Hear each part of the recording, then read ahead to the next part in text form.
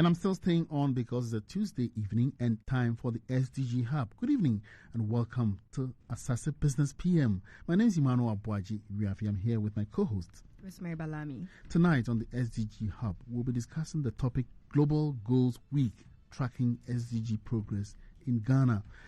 Our guest tonight is Dr. Felix Addo Yobo, Deputy Director and Advisor, SDGs Advisory Unit at the Office of the President, and also Theresa Elise, artist, songwriter, and producer. Business PM is kindly brought to you in partnership with the Center for Sustainable Transformation. This is the SDG Hub, and we'll discuss and enlighten each other on challenges and opportunities in everyday life and business to achieve the 17 Sustainable Development Goals, or the SDGs, as we call them for short. Tonight, we bring you a special edition as we take part in the celebration of the global goals. We have come halfway from when they were launched in 2015 until their deadline in 2030. The celebration is leading up to the Global SDG Summit that will be held in New York next week during the General Assembly of the United Nations. Tonight's episode is dubbed Global Goals, Tracking SDGs Progress in Ghana. We'll take a look at how Ghana is advancing towards achieving the Sustainable Development Goals and what work is left to be done. To enlighten us, we have only invited one guest speaker, in the person of, I'll mention the name later, who probably knows about what is happening in Ghana regarding the Sustainable Development Goals. Deputy Director and Advisor at the SDG Advisory Unit, Office of the President, Dr. Felix Addo Yobo. We're doing another twist on today's program as well. As part of the celebration, we will inspire ourselves and all of you with some good music by artist, songwriter, and producer Theresa Elise, who will share one of her brand new songs with us and also share with us how relevant the SDGs are to her. Once again, my name is Emmanuel Aboagye-Wiafe, and my co-host is Rosemary Balami. Rosemary is from the Center for Sustainable Transformation, Young Reporters for the Environment.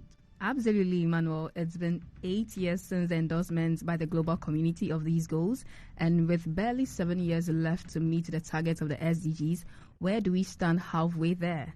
Do people really know what they are about now and how they can have a positive effect on their lives? To this end, I'm also very excited to announce that the Center for Sustainable Transformation, CeST, which is running this program, has this week introduced online crash courses on the SDGs accessible to the public in both international and local languages. You can find them on our website, www.cestint.org. That's very impressive, Rosemary. Congratulations. Thank you. I think I should take some of these courses myself. Thank you, Mano. I think you should. We can always learn more, you know. This week being the week for the global goals, it is imperative that we ask the necessary questions regarding how far Ghana has come in achieving the SDGs and what the plan is going forward. Yes, Rosemary, and as you've heard, we have an interesting lineup for you today, starting with an SDG expert who has played a crucial role in Ghana's SDG initiatives. He will share his insights, stories of success, and the challenges they've encountered along the way. Once again, let me welcome you on board, Dr. Felix Addo Yobo. He is the Deputy Director and Advisor at the SDGs Advisory Unit at the Office of the President. Doc, good evening. Good evening, Emmanuel. How are you doing? I am well, thank you. Well, it's good to see you here in our studios. I'm glad to be back here. I know you have a tight schedule, but you made time tonight. Yeah. Thank you very much. Could you first briefly tell us about yourself and what you do by your daily schedules? Oh, Emmanuel, I thought you had introduced me here. You just mentioned your name. You want to know other things about my designation. Okay. Okay, so yes, I'm with the SDGs Advisory Unit.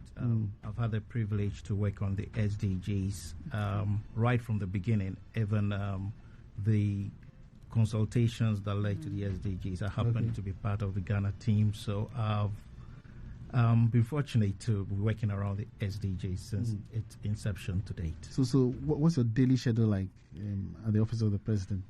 My schedule involves cracking my brains to come up with strategic initiatives that would help accelerate the implementation of the SDGs, forging new and strategic partnerships so that we can get a lot of people to rally around the SDGs. Okay. So are you attending the SDG Summit in New York next week? Unfortunately, I'll be in Ghana, but I'll be supporting the team in New York. Okay, that's fine. You've been deeply involved in advancing the SDGs in Ghana in a time when Ghana has had a special role to play in promoting the SDGs globally. Can you tell us a bit about that and give us an overview of the current status of the SDGs in Ghana? Thank you very much, Emmanuel. So to start with, in recognition of Ghana's role during the consultations that led to the SDGs, our president was given the honor to co-chair the advocacy group, and that brought with it the need to support His Excellency in his advocacy role, and that is where I come in to come up with initiatives both locally and then internationally to give the president a voice, and we've done incredibly well on that front.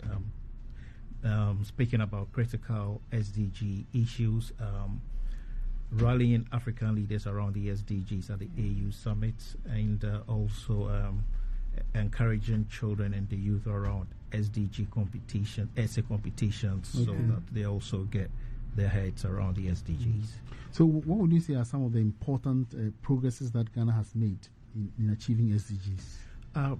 The Ghana's progress towards the SDGs, like the rest of the world, has been mixed, and COVID-19 has not helped the cause either. But in terms of access to education, school enrollment levels, gender parity at the at the primary level up to GHS, Ghana's done extremely well. Currently, we have gender parity at all these levels. Some 10 years ago, that wouldn't be the case. So that in itself, it's a good achievement. In terms of access to electricity, we are doing pretty well on the African continent. We're doing around 80%, if not more, in terms of access to electricity. Same with access to drinking water, safe drinking water. The numbers are fairly high, but unfortunately, we're not doing that great when it comes to access to sanitation. So there's a lot of work to be done in that regard. COVID also brought a lot of attention to the health issues, and so from the last report, we're doing well. Maternal mortality, for instance, is declining, but it's still relatively high. We need to do a lot more, but we did realize that attendance at hospitals for antenatal services were on the decline, and we need to work on. I believe there are definitely some hurdles that you cross or you're attempting to cross in the course of meeting these targets, and definitely financing is an issue. Can you share with us some of the issues apart from what you talked about earlier about the challenges? Yeah, okay. So since you mentioned financing, let me chip in the challenge and the opportunities around financing. So to start off with, government took the decision that the SDGs will be integrated into the national and sub-national planning and budgeting systems. So there's no separate budget for SDGs. Whatever, so it's in the national budget. Exactly. So whatever ministries, department, agencies do need to be aligned to the SDGs. In which case, whenever government disburses money, it directly or indirectly goes towards the SDGs. So that was the first step in making sure that there's some sustained financing for the SDGs. But we also realized that the amount of money needed to implement the SDGs goes beyond government's capability to deliver, and we necessarily must bring in the private sector. So a lot of engagement went on. We were able to establish the CEOs Advisory Group on SDGs, which is made up of leading CEOs of businesses in Ghana.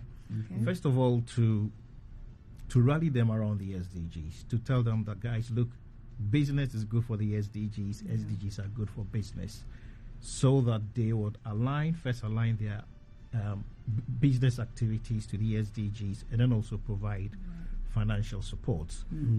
The one other thing we did was to estimate how much we need to achieve the SDGs by 2030 compared to what we are receiving annually, and therefore compute the financing gap for the SDGs. And it came out to around $43 billion a year.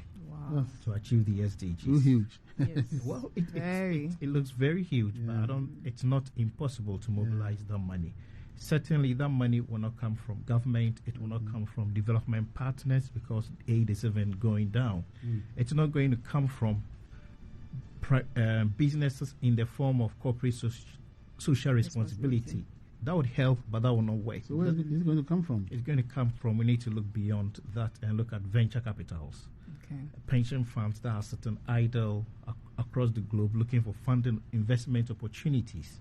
Okay. And there are trillions of such funds sitting idle. Wow. So it is about making the connection where the fund sits, people looking for investment opportunities, and being able to package the opportunities here in Ghana around the SDGs as credible and attractive investment propositions for we are lucky because our president is an ambassador of the SDGs, and so moving around the world, is he able to mobilize some of these finances for the project? Yes, he's made tremendous. He's been successful in making a case for investing in SDGs in Ghana, and we've had a number of huge organizations coming in looking for investment opportunities. And I must also say that some of our local players, businesses in Ghana, are beginning to align their activities towards around the SDGs. And which is encouraging. So we see financing green initiatives, financing like one company, I won't mention the name, finance a cement production factory that uses green technology and a greener option, as opposed to the dirty, sorry for lack of a better word, dirty old traditional method. So we're seeing some of these things coming. Maybe before you come in, the enthusiasm surrounding the SDGs and the past MDGs, and how comparable are these? Looking at how people are really embracing the SDGs as compared to MDGs. It's difficult for me to compare the Ghana situation because during the MDGs, I happen not to be in Ghana, so I'm not very familiar with what happened. But aside that, I must say that we've made deliberate efforts to popularize the SDGs because we do acknowledge that for the SDGs to succeed, we need to mobilize support around the SDGs among various stakeholders. So we've engaged school children around the SDGs, we've engaged youth groups, we've engaged traditional leaders whom many a times we leave out of these discussions. We've engaged persons with disability, faith-based organizations, all major constituents to make them aware of the SDGs first most, to rally their support for the SDGs and their active participation, and sometimes demanding for the SDGs. Right. Interesting. So, Doc, again, what specific measures or initiatives have been implemented to promote sustainability and address the remaining challenges? Are there any specific measures and initiatives? There are a number of initiatives across sectors. So each sector looks at what it needs to do. But we do acknowledge that the SDGs are interconnected. So as you work in your sector, you look at other sectors. But one thing that I can speak to, for instance, is the SDG budget that the Ministry of Finance led, which was important because it helps us track the budgetary allocations and then disbursement and then expenditure on the SDGs. So we identify areas that are being, let's say, orphaned, not getting enough money, and maybe those who are getting a lot of money but not doing much with it. So that it helps us rationalize the budget. Indeed. So just as you mentioned, the SDGs are interconnected. We all know that if we work on one of the goals, it will affect, another. So the African Climate Week has just ended, and, the world is facing climate and biodiversity crisis. How are we addressing that across the goals as a country? The issue of climate change, even before the SDGs were adopted, had been mainstreamed into Ghana's planning system. So before the SDGs, we have the Ghana Climate Change Policy, which outlined what each sector needs to do, because, like you said, they are interrelated. So climate change is not only an environmental issue, it is a development issue. So the various sectors had their strategies that were mapped out in the national climate change policy. Aside that, there's also been, for instance, the setup of a climate change center at Asaase University, which is doing a lot of work around training small and medium-scale enterprises. Since when? Oh, it's been there for probably 5 years, okay. a bit more. And they are doing tremendous job over there, because we acknowledge the important role of small-scale businesses in the SDGs implementation. Okay, so education and healthcare are integral to the SDGs. Can you share insights into Ghana's efforts to improve these critical sectors? Yeah, the health sector, for instance, received a major boost following the COVID pandemic, and so the famous Agenda 111. Okay. Yeah, which is aimed at improving hospital infrastructure across the country to make it easily accessible to all Ghanaians, and also it comes with restocking the hospitals and clinics with the relevant tools and equipment so that they can provide credible services. The introduction of the zip line, which is a means of transporting essential medicine to hard-to-reach places. Okay. So is it like a drone sort of thing? It's like a drone, okay. Yeah. Wow. So you input the GPS coordinates and it will deliver essential medicines, blood, vaccines to hard-to-reach areas in the country. Yeah. In terms of education,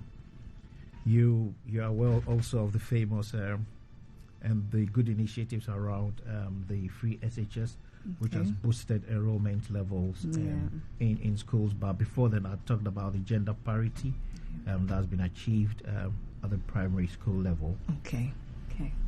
Okay. So before we wrap up this conversation, looking ahead with 2030 in sight, there's no doubt that Ghana has built important infrastructure to measure, involve, and implement the SDGs, as we are now ready to implement at scale. And do we have any new initiatives coming up that will help in doing so? Yeah. So the initiatives are across various sectors.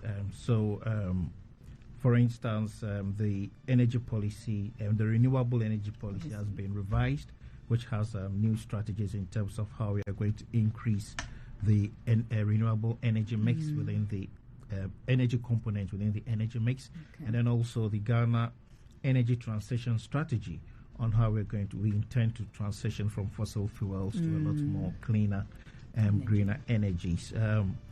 In terms of financing, which is the big one, there's an ongoing initiatives to work with private sector to develop bankable projects that would attract investment at the speed and scale that we need. To get the investors' money in, we need to be ready with credible projects that are attractive to them. So that work is going on in the background. And then last but not the least, I must say that we still need to bring the shine back on the SDGs. Following the COVID pandemic, the downturn in global economic conditions, people are rightly reprioritizing, but the SDGs still remain relevant. We can't throw them away. So we need to galvanize support for the SDGs, and we need to step up the awareness creation to make sure that we join hands in creating a better world for ourselves and the future generations. Well, absolutely. Thank you so much for enlightening us, Dr. Felix. As we celebrate the Global Goals Week, we will hear a music performance from an incredible artist, songwriter and producer, Theresa Elise, who will inspire us to make a positive contribution towards achieving a sustainable future and a more equitable world. Dedicated to celebrate the Sustainable Development Goals and motivate each other for the task ahead, we have invited a musician with a strong social and environmental consciousness to come and play for us today, as art and music in particular is such a powerful way to bring people together. Theresa Elise, welcome to the SDG-Hub here on Asaase Radio, and thank you for coming. On Instagram, we see that, you're quite busy these days. For those who don't know you yet, please tell us a bit about yourself, where you're coming from, and also what plans you have ahead of you. Thank you for having me. It's an honor to be here. So I actually came to Ghana to visit my family because I am half Norwegian, half Ghanaian. Wow. Came for 3 weeks. Now it's been 3 months. I have spent the last year really focusing on creating music, connecting to my Ghanaian roots, trying to incorporate that into my music. So it's been very good personally to be here, to be able to connect with Ghanaian musicians and creators. Have you played any shows? I have actually. I've been so lucky that I've gotten the chance to perform at several occasions. So that's been really nice. That's interesting to hear. So since this program is about the SDGs, do you see a link between yourself and the SDGs? Are they relevant for you personally and the artist Theresa Elise? Definitely. And I feel that's also a part of why I got into music and what inspires me to create music. I've always loved playing instruments, but I usually express myself the most through music. And that to be allowed to and have the possibility to express yourself freely is so important. Absolutely. And is something everyone should have the chance to. So a few years ago, I was talking to my sister and a friend about being multicultural in Norway, and we saw that none of us had really felt that we had a platform where we could create freely, where we could bring our full identity as multicultural, and that was appreciated. So we created a network, especially for multicultural females, and really females with minority background, so that we could come together, lift each other up. How was it like? How was the response? Oh, it was amazing. It was, and we got to connect with so much more people than I could ever have imagined. Yeah. Well, that is fantastic to hear how you see these global goals as important in your everyday life and are able to make them personal. That is really what they are all about, improving our lives and, basis of life, that is nature. So, Theresa Elise, you are going to play for us. Tell us about the song you are about to, sing for us. And also, I hear you wrote the lyrics yourself. Yes, I wrote it with a friend called Charlie Bryce Wallace, a very talented musician. And it's about not really finding your place as you belong to two cultures, but you're not really, not being fully Ghanaian and not fully Norwegian. So trying to find that balance. But I definitely feel that with the years I've gotten to... finally found a balance. Right? Yes. Great. And what's the title of the song? The song is titled I Can't Breathe. I Can't Breathe. Yes. Wow, this title is so intriguing. Well, I can't wait to listen to I Can't Breathe. And I just want to join that I am wearing my local Ghanaian design. Wow. I always see that. Yeah. It's so beautiful. And you too, you're representing. Thank you. I think that's also a part of the SDGs, supporting local designers. I totally agree with that, especially when it comes to fashion. Fast fashion is an issue in Ghana, especially. So helping or supporting local designers or local businesses is also a way that we can contribute in one way or the other in helping to tackle these environmental issues. That is fantastic to hear, Theresa. Thank you so much. So at this point, let's take a listen to I Can't Breathe by Theresa Elise. Thank you.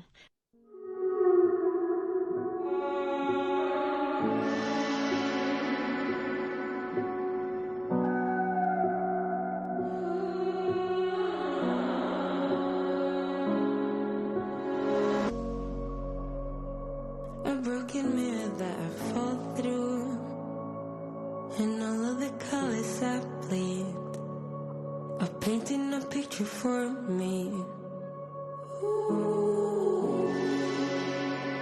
Be a good girl just like I'm taught to. My heart is still stuck in between where I wanna be. Know your place, stay in your lane. Don't show your pain, that's not okay. Is that what you want from me? Is that what you want from me? 'Cause I can't breathe.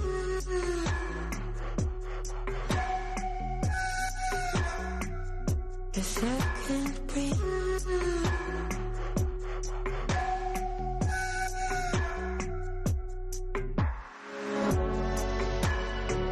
You thought you had me, but I caught you. That love you is so unfold me.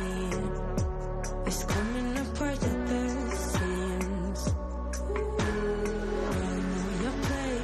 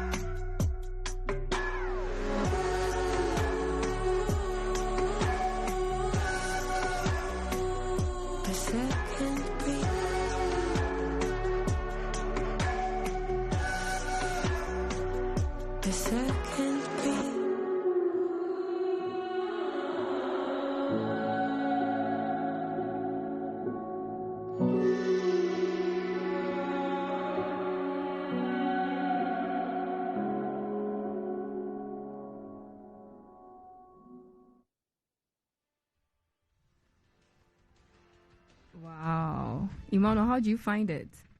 Very, very intriguing. Very nice. Yes, that angelic voice, Wow, what a mesmerizing tune to crown the show as we celebrate the Global Goals Week. Thank you so much, Theresa Elise, for such a beautiful performance and for visiting us here on the SDG-Hub. I am sure we will hear more from you soon. In the meantime, you can follow her on Instagram at Theresa Elise for updates. And thank you also to our guest, Dr. Felix Addo Yobo, for sharing your expertise and insights about the remarkable progress Ghana has made and its pursuit of the Sustainable Development Goals. We've also discussed the challenges and opportunities that lies ahead. Make sure to tune in same time next week as we continue discussions on all things sustainable development right here on Asaase Radio 99.5 so that people and the planet can prosper. If you have a topic you would like us to discuss, shoot us an email to sdghub@cestint.org. And to our dear listeners, remember that sustainable development is a collective effort. Let's continue to work together to ensure a brighter, more sustainable future for Ghana and the world. Keep tuning in to the SDG Hub for more insightful conversations. Until next time, stay sustainable and stay informed. Happy Global SDGs Week. Of course.